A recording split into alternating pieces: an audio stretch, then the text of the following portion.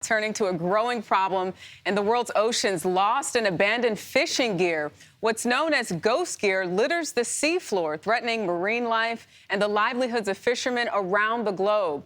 In Maine, for instance, an estimated, get this, 10% of all lobster traps are lost every year, which adds up to about 280,000 traps in all.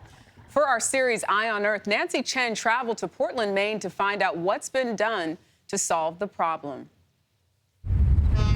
On the surface, Portland, Maine's coastline looks like a classic New England picture postcard.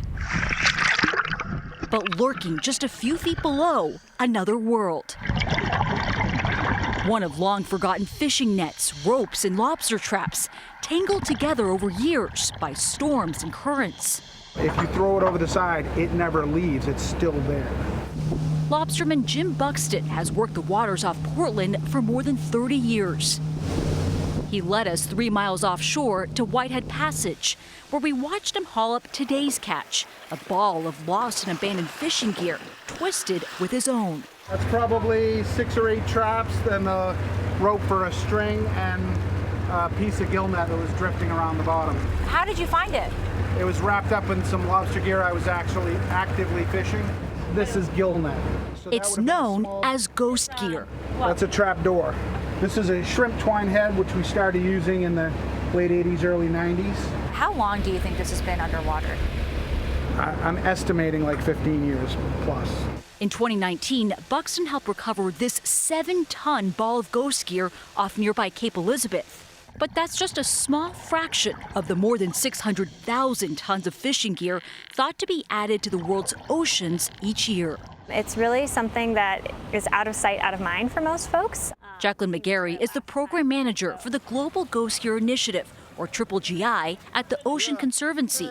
The Triple GI is an alliance of 18 nations, dozens of companies, universities, and NGOs. Ghost gear is the most harmful form of marine debris to wildlife, but it is also really harmful to fishers and coastal communities who depend on income from fishing. And it is a problem pretty much anywhere you find fishing. Anywhere in the world? All over the world. Ghost gear can unintentionally trap, injure, or even kill marine life. Last year, divers freed this whale from a tangled fishing net off the coast of Italy. Is the solution to all this in the prevention or in the removal of ghost gear? It really is about both. Preventing it from ending up in our ocean in the first place, minimizing the amount of damage it does, and then recovering what's easily able to be recovered. Like the ghost gear Buxton found on a dive at the end of a fishing pier in downtown Portland. There was so much, a crane had to be brought in to lift it out of the water. I mean, this is a challenge. Aaron Pelletier runs the Gulf of Maine Lobster Foundation and works with the Triple GI and fishermen like Buxton to organize local cleanups. You know, when you're pulling it up out of the water and you're waiting to see what it is, it's like waiting for Christmas. Wow, what is this? Among the finds, a door, ladder, and plenty of traps, nets, and rope. About 2 tons in all. Smells good. That hits you right in the nostrils. Holy moly. No one had really approached the subject before. Fishermen in general don't want their fingers pointed at them because this is nothing they do on purpose. But they've started to realize, why don't we be stewards of the environment and help with the process rather than pretend it's not there? How important is it to have that partnership with them? It's critical. And they know where the stuff is. They're the ones who get on the water. I don't dive, so we wouldn't be able to do it without them. A sometimes tedious task in what can feel like just a drop in the ocean.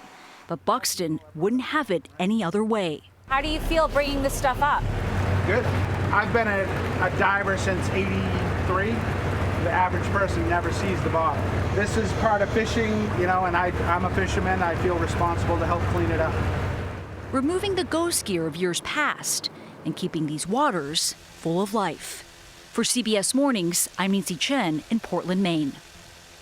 It's amazing what's down there, and that's a big project. I wish them the best. But Yeah. you know, while they're down there, I did lose a pair of sunglasses in the Chesapeake in the 90s. If they see them, can I get them back? Yeah. Part of the 600,000 tons of stuff that's not fisherman gear. There's a lot of stuff down there. It's what Rings, we don't see. Yeah, Right? cars, I can wallets, only imagine. treasure. Possibly. Lots of it. But what I like love those about drugstore these sunglasses I lost. what I love about these pieces is it brings to light something most people don't think about. Yeah. And then the fact that they're actually doing something about it, because a lot of times when you think of climate and these Eye on Earth segments, you kind of leave feeling like, oh my what's God, the solution? what are we gonna do? It's the places we will never get our eyes on. So for them to give us that eye-opening story, Absolutely. it's important for us to know these things. For sure, Eye on Earth.